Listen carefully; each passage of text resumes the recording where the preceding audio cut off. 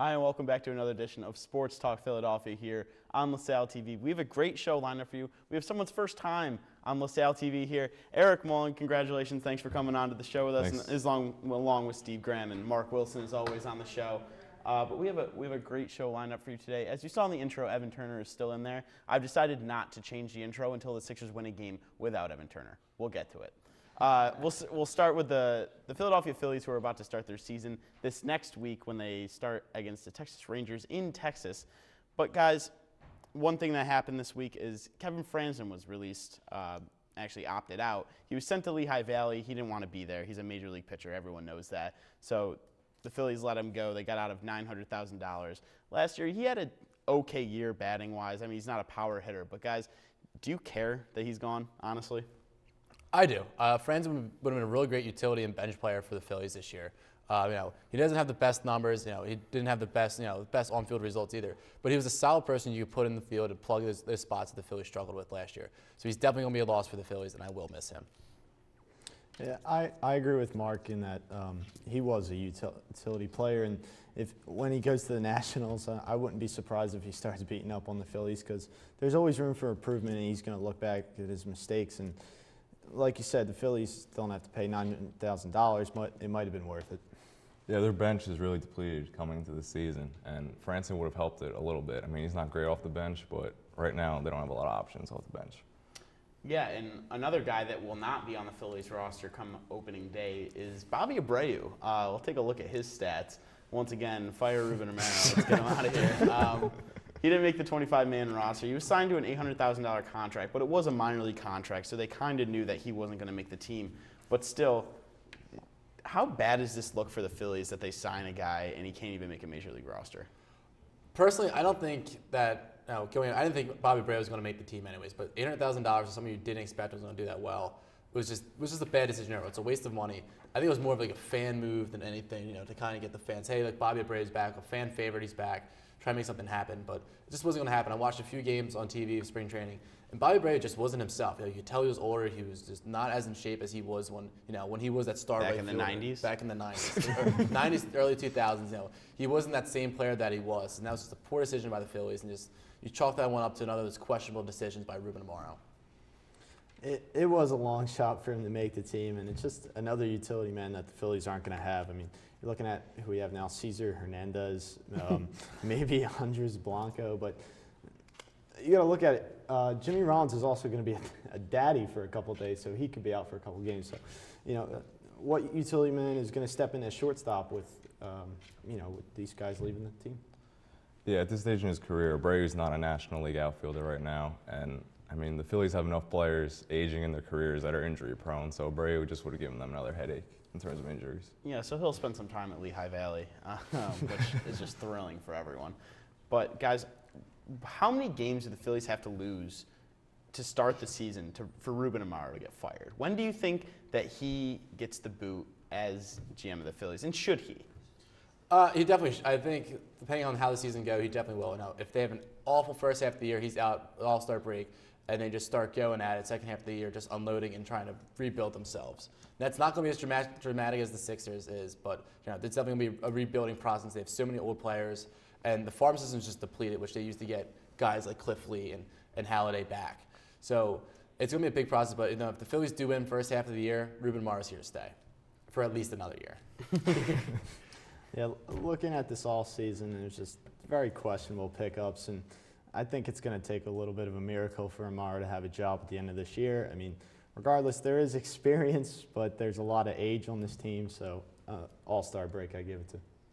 I think he's done at the end of the year because, I mean, scouts in the spring training have said that their minor league system is terrible and awful, and that's pretty bad. So I think they need a Sam Hinkie-type general manager and just clean house and start over because this is an aging team without a farm system. But now they have Bobby Abreu in the farm system. Yeah.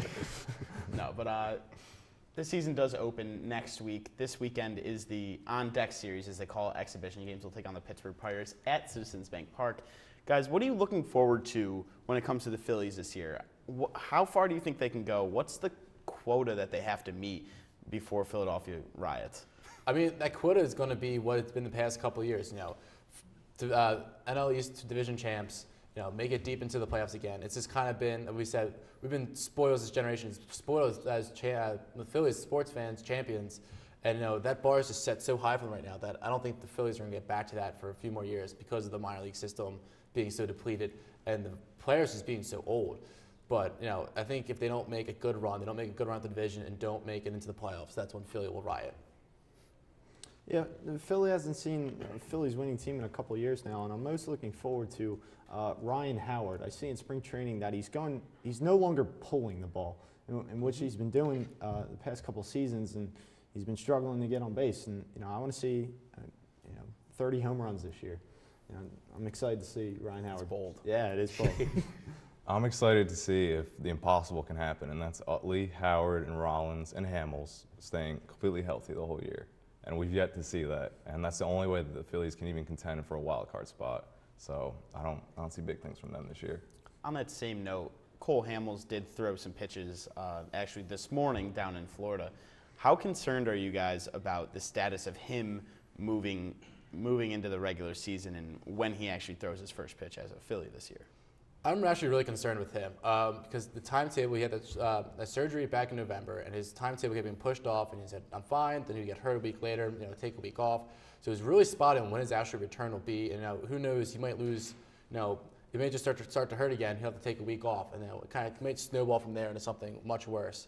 And the same goes for Ryan Howard, too. You brought it up, 30 home runs this season for him. But he came out earlier in this year, before the preseason, and said, this is the first time he's feeling fully healthy in a long time. So that's a little bit concerning too, not just from the player standpoint, but the training staff. The training staff hasn't been able to keep these guys healthy. Can't keep the big guys healthy. What are they going to do when the little guys get hurt as well? Yeah, I'm concerned at how he approaches getting back from this injury, and not having him until mid-April, early May. If he sees the Philly losing early, then he might try to bounce back quickly, and injure himself again throughout the season. So I'm kind of hoping that he takes his time and rejuvenates to 100% before he comes back on the field. Yeah, the last thing you want is him rushing back in a season that you feel like the Phillies aren't even going to contend. So it seems like a lingering issue. So he just needs to get completely healthy, and if the Phillies start to make a run, hopefully he's pitching well. And quickly, guys, Cliff Lee named opening day starter for the first time in his career. How shocking is that it's his first time he's been an opening day starter throughout? I mean, he was in Cleveland and Seattle and Philly. And are you excited to see him take the mound? I'm excited to see him take the mound here in Philly. I mean, in Philly, it's kind of understandable. You haven't seen him. Had Halladay and Hamels for the past few years, as possible starters. But Cleveland, it's really surprising not to see him start there all, and the same as Seattle. So excited for him to finally get his big shot. Yeah, it is pretty shocking. I guess he's always been overshadowed by one pitcher on the team. But bold prediction here, if Cliff Lee wins the first game, Phillies have a winning season. Wow. Wow, all right. Wow. Yeah, he was behind CeCe in Cleveland and King Felix in Seattle. Yep. So, I mean, he's always been behind someone, and then in Philly here too. But I think he's gonna have a strong year after a strong spring training. So yeah, it'll be interesting to see how he reacts to being the guy. As Eric said, he was sitting behind CeCe and King Felix and Roy and Cole. So it'll be weird to see him as the #1 starter, but nonetheless, we'll see him within a week as the #1 starter when the Philadelphia Phillies take on the Texas Rangers down in Arlington. We'll move on to a team that's probably the best in the city right now. If we can say that, can we say that? Philadelphia Flyers. They're on a great winning streak, but there's one place they just can't seem to win, guys. And it happened last night. We'll take a look. The Flyers have not won in Madison Square Garden in 8 games against the Rangers. They haven't won since they went through that $1 billion renovation 3 years ago to the Garden. Why can't they play the Rangers on the road? I mean, they play them fine when they play them at the Wells Fargo, but they just can't seem to get a win on the road. I honestly have no idea. After 3 years, you think someone… Really, Mark? It's one of those things you just, somebody would have figured out somewhere along the line. But it might be when this is, Rangers have a home ice advantage. It's something as that, it's a big rivalry game. It might just be, the jitters, the nerves. But after 3 years, something's got to give. And, players have come and gone in between. So at different coaches, who knows, maybe it's just a curse. I think something like this happens in sports a lot. Athletes get slumps like this caught up in their head, and it plays a big factor in when the game comes around. But the Flyers better pull it together soon because, as you said, there's a good chance of playing the Rangers first round of the playoffs. So away games are going to be a big factor in winning the first series of the playoffs. Yeah, if the season ended today, the Flyers would play the Rangers, and the Rangers would have home ice. So they have to figure, if it is actually something mental or whatever, they have to figure it out soon, or else they're going to get bounced in the first round. Do you think that could pose an issue? I mean, teams get up for the playoffs. Would that pose an issue to them playing in Madison Square Garden? They know they haven't won there. Would that make them almost mentally more prepared for a playoff game there? I think they have enough veteran guys on the team that they would pull around. But, I mean, you really never know because you've seen crazy stuff like that in sports. So. Yeah, speaking of one of those veterans, Claude Giroux has really been the heart and soul of the Philadelphia Flyers this year. Let's take a look at his stats. He's leading the team in points, goals, and assists, and he's 4 goals away from a career high. He already has his second highest assist total in his career. How instrumental has he been to their turnaround? They started 1-7, and it didn't look good. They fired their coach within the first week. How great has he been this year, and where does he have to be to get them to where they want to go in the playoffs? He's been absolutely like a big part of this team. He was one that turned them around. He was struggling beginning of the year as well in Flyers, and I think once he got hot, that's when the Flyers got hot. Once we turned around, so he's not only been a leader in the locker room, but also on the ice. The guys see him stepping up, and 51 assists. That's him making 51 other goals happen for his teammates, and 24 goals for himself. So he's not only just making stuff for himself, but for the team as a whole. And he's just absolutely big, and he's been the reason why they've gotten back on this. He's been leading the team straight to the playoffs. Yeah, I remember being on this show when we were talking about when was Claude Giroux going to score this year, and now he's just taking off. And back in the day, right? Yeah, back in the day. But yeah, it's good. He's the Flyers captain. It's his job to be making plays, and he's leading the Flyers to the playoffs. And let's hope that he keeps it up when they enter the playoffs. Yeah, the Flyers go as Claude Giroux goes. I mean, their past 7 games, in the first 5, they won 5 in a row when Claude Giroux was hot and he was getting multiple points each game. And then the last 2 games, Claude Giroux was pointless and they lost both of them. So, I mean, they're really going to rely on him throughout the playoffs, and they'll go as far in the playoffs as far as he takes them. Yeah, I agree with you. He's definitely their key. I mean, their fourth line has been really good, but it all starts with Claude Giroux, as you said. But we will move on to the same building, much different team, the Philadelphia 76ers. And we were just wondering, have the Sixers won yet? And no, the answer is no. They still haven't won. It's been since January since they've won, a well-documented losing streak. Since January 29th, when Evan Turner hit a fadeaway or a little floater in the lane to beat Boston, they have not won a game. And they really haven't come all that close. There hasn't been a one-possession game that they've lost. So my question to you guys is, when, if ever, do the Sixers win again? That's a rough question because we've seen them in some closer games where it's been a 5 or 6 point loss. A couple turnovers here and there could be the difference. And there's other games that have been absolute blowouts. And it's just it's very streaky right now though. MCW is doing a good job getting the ball in the basket, but it's more than just him. The whole team has to really step up and get to that level for them to win a game.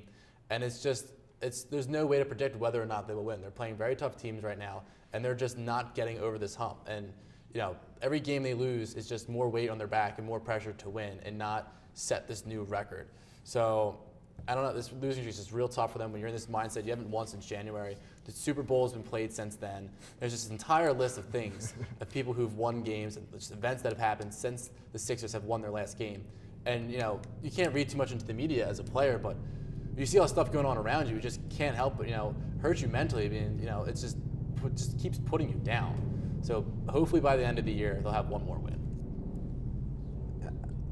Like Mark said, there's really nothing to say, right? Really nothing to say, but the mindset of the Sixers is just negative right now. The only media attention they're getting on SportsCenter ever is because they're losing, and I don't think we're going to see a win till next season. And like in the college games in the tournament, you see a lot of these players are losing first round, and now they got to be thinking, what player are we actually going to get next year? Because will they stay in the league and try to get a national championship? So they just got a lot of worries on their mind, and there's no winning attitude in the Sixers program until hopefully next year.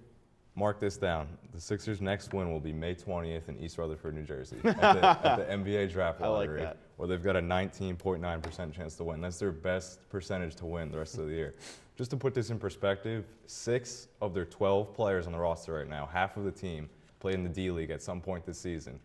Against San Antonio on Monday, they started the second quarter with Casper Ware, Elliott Williams, Jarvis Bernardo, James Nunnerly and Byron Mullins. That's an all-star team. And I'm a hardcore basketball fan. The only person I've heard of before this year was Byron Mullins, and for all the wrong reasons. So, I mean, that's just to put, I mean, the roster is just continuously changing, and that's really what this Sixer team is. And as we said, they have not won since January 29th. They will go for a win this Thursday when they take on the Houston Rockets, who are 48-22. So they're a good ball squad. They have James Harden and Dwight Howard. So there's really not a shot that the Sixers win this game. So if they lose this game, it'll tie the NBA record for futility, basically. But you know what's funny, guys, is the Bucks still have a worse record than the Sixers. The Milwaukee Bucks are sitting half a game below the Sixers, which is virtually impossible, but they've managed to do it, so good for them. How upset will you guys be if the Sixers don't get the first pick in the draft? I mean, you can't be terribly upset because the NBA does work off this lottery system, but I would be really upset if they do not get at least the third pick in the draft. I think the numbers came out that they're basically guaranteed a spot as one of the top 3 picks, but if they don't get that, I mean, we're pretty upset because that's basically what the Sixers need to rebuild themselves. It depends how upset I'll be based on when college players start announcing whether they're coming to draft or not. But if they get, like Mark said, they have a good chance of getting top 3. But if they get past that, then Forget about it. Yeah, forget about it. Another losing season. For me, it's Wiggins or bust. And I mean, if they don't get the first pick, I mean, I'd live with Jabari, but for me, it's Wiggins or bust, and I'd be pretty upset if they didn't get the first pick. But still, if they got, say, the 3rd and the 10th from that Pelicans pick, still pretty good players that they could pull in for next year. Do you guys believe that they have to change the draft system, that the lottery is just so outdated that they need to go to more of an NFL style where the worst team gets the first pick? It's real tough because, we see that benefit teams in the NFL before, and in the MLB, we watch the Nationals pick up such great picks, great players in Strasburg and Harper. But then, NBA, where the teams can basically deliberately throw their season and lose. I'm not saying the Sixers are doing that now, but have the team start in the D League, when you intentionally violate that, it becomes who can get the worst record, not who's playing for prizes, who can get that number 1 pick. I have faith in the Sixers, by the way. All right. But neither system's totally right. I'd like the NBA to move towards like the NFL draft. I think in order for a team to rebuild, you can either start at a new coach or new players. And right now, Brett Brown's, some would say he has the easiest job to lose. And but the Sixers need better players, and the fact that it's up to chance whether they get a good player or not, I don't think that's fair for the NBA teams. It's not the lottery system that's the problem. It's just the CBA as a whole. I mean, Charlotte, say LeBron opts out this year. I mean, Charlotte has no chance of signing LeBron. But if there was no salary ceiling, Charlotte could offer LeBron $100 million and they could do it. So this is the only way that teams like Charlotte or Memphis and smaller markets can get superstars. So they have to do it. I mean, that's just, teams have to tank to get good. Yeah, and if you mentioned LeBron, is there any chance the Sixers get LeBron? We haven't gotten your take on this. We've talked about it before. Do you think the Sixers could possibly land? Why would LeBron come to Philly? He wouldn't. I think if Miami doesn't win, then he's going to LA or Cleveland. You think so? Yeah. Okay. Now, you mentioned that you want Andrew Wiggins. We ask this every week because, well, there's nothing else to talk about with the Sixers. But who do you guys want the Sixers to pick with either that first, second, or third pick? Granted that none of the guys that are going to get taken in the top 3 reach this week's Sweet 16 in their career. Does that mean anything? For me, it does, because Jabari Parker, he was my favorite for the Sixers to take. But he said that he's seriously considering going back to try to win another national championship. So if he opts out and goes to the draft, is he going for the money, or what is he going for? Because he really, from the way it sounds, he wants to stay in college basketball and win that title. That's what happens when you lose in the first round to Mercer. Yeah. I mean, it's not happen to anybody, but that's concerning to me. I'm all about Dougie McBuckets. Doug McDermott. Yeah, I just love this kid. I saw him play at Creighton, and he's a playmaker, and I think he would be a great contribution to the Sixers offense and getting down the court. And he's got some size to him, and he's got an outside shot. So just only a major facet to this offense. Now we'll ask, who would you want with that 10 to 12 pick? 10 to 12, I'd take McBuckets because he could play next to Noel or Noah Noah Vonleh from Indiana or Zach LaVine from you. I mean, there's so many options. Just anybody better on the Sixers right now. So yeah, that's all that matters. I agree with you there. But we will move on to, as we're already talking college basketball, let's talk some more college basketball. Right now it's March Madness, obviously. The Sweet 16 starts Thursday night through Friday, and then the Elite Eight Saturday, Sunday. Last year, LaSalle was a participant during this time of the year. This year, they are not. Let's take a look at how their season ended up. 15-16, lost in the first round of the A-10 tournament to Bonaventure, who went on to beat St. Louis, but that's beside the point. Tyreek Duran led the team with 15.2 points per game.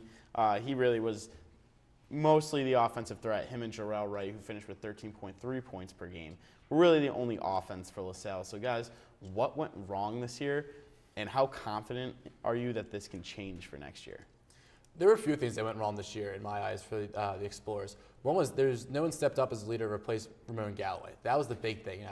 He was the leader both on the floor and in the locker room for the Explorers, and no one really stepped up to fill his shoes. So that was a big part. Durham was one shining star for this Explorers team, as he had 15.2 points game average, and he carried the team on his back at times when the Explorers couldn't get anything going. But the other issue for me was that there was the big men, Steve Zach and Jarrell Wright.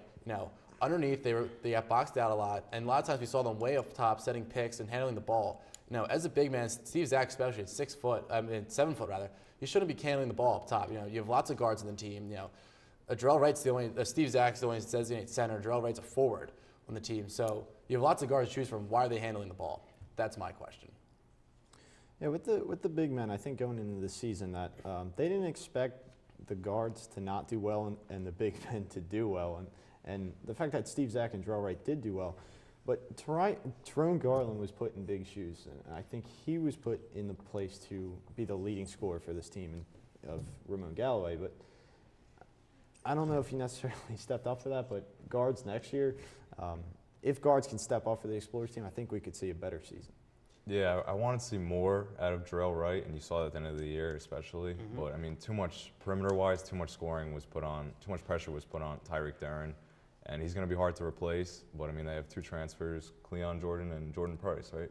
Jordan Price and Cleon Roberts. Cleon Roberts, okay. So, Yeah. I mean, they'll help definitely with the perimeter scoring next year. Yeah, it'll be interesting to see, especially because they're going to come in with a freshman point guard, Namar Stooks, who came from LaSalle College High School. He redshirted this year, but he's a good player. I think they'll be fine next year. I think they're not going to do as well as they did last year, but they're probably going to do better than they did this year because it's pretty much a whole new team. The starting five, 3 of the 5 are going to be new. Jarrell and Steve, the only exceptions.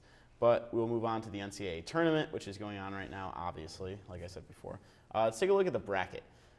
Courtesy of SB Nation, they helped us out with the bracket here.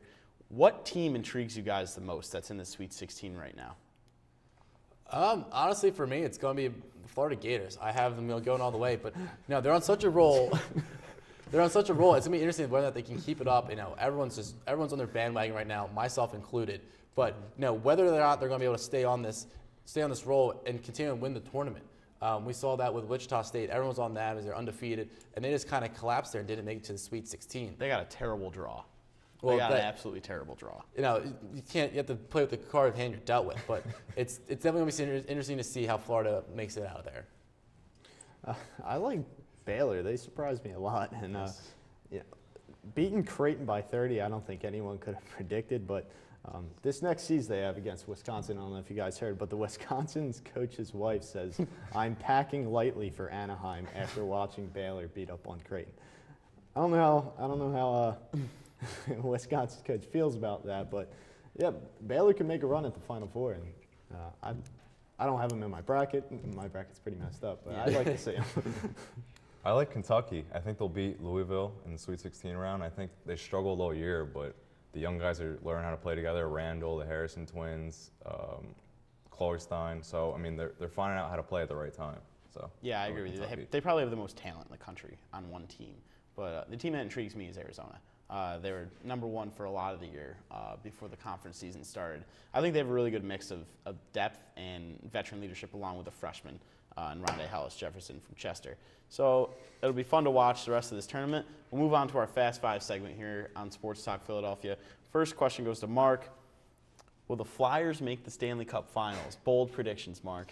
I'm a man of bold predictions, but I don't think they're going to make it. They're going to make it to the conference finals, but that's it. They're going to lose. So no Stanley Cup for City Philadelphia. Sorry. You're a shame. Steve, will LaSalle make the NCAA tournament next year? And if not, when do they get back to the NCAA tournament? I don't think next year. Maybe an NIT tournament performance, but I think it'll take either another 1 to 2 years. It's good to see a lot of A10s are in the A10 teams are in the tournament this year, so that's a lot of hope that the LaSalle can make an appearance back there. But I don't think next year. All right, Eric. When will the Sixers win an NBA Finals? Wow. Next year they'll get picks. I think they'll be in the lottery the year after, and I'm going to say 2017. They'll be in the NBA Finals, so 3 or 4 years. 2017, 2018, around there. That's not bad. All right, Steve, will the Phillies go 500 this year? Depends upon Cliff Lee's first pitching game. If he wins, above 500. But. All right, and Mark, who's your NCAA champ? NCAA, it's still Florida. The number 1 overall seed. Number 1 overall just seed, making yes. Sure. All right, well, that'll do it for this. Gator bait. That'll do it for this week's edition of Sports Talk Philadelphia here on LaSalle TV. If you have any questions, comments, or concerns, you can hit up our website, lasalle.edu/LaSalleTV, or you can email us, lasalletv@lasalle.edu. You can always check us out on social media. We're on Facebook, YouTube, Twitter. Keyword search Sports Talk Philadelphia. For Mark, Steve, and Eric, thanks for coming on your first time. That'll do it for this week's edition of Sports Talk Philadelphia. We'll see you next week.